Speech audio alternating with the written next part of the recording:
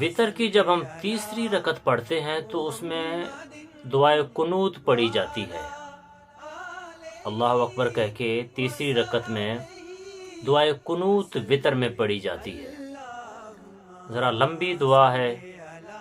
اور کئی لوگوں کو یاد نہیں ہوتی، تو جن کو دعائے قنوت یاد نہ ہو وطر کی،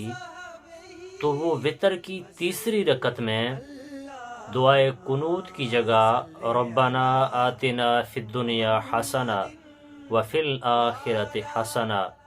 وقنا عذاب النار، یہ دعا پڑھے۔ اور اگر کسی کو یہ دعا بھی یاد نہ ہو، دعائے قنوت بھی یاد نہ ہو، تو پھر اس کے لیے حکم ہے کہ وہ اللہم اغفر لی کو 3 بار پڑھے، تو اس کے ساتھ آپ کی نماز ہو جائے گی، وطر آپ کے ہو جائیں گے۔ تو 2 صورتیں ہیں، یا تو دعائے قنوت آپ کو یاد ہو، اگر یاد ہو تو وہی پڑھیں، اسی کا زیادہ ثواب، اور اگر وہ یاد نہ ہو تو پھر اس کی جگہ آپ ربنا آتنا والی دعا پڑھ لیں، اور اگر آپ کو وہ بھی یاد نہیں ہے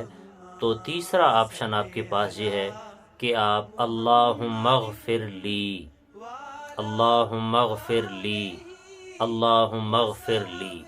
3 بار ایسے یہ کہیں گے، تو اس کے ساتھ بھی آپ کی جو نماز وطر ہے وہ ہو جائے گی۔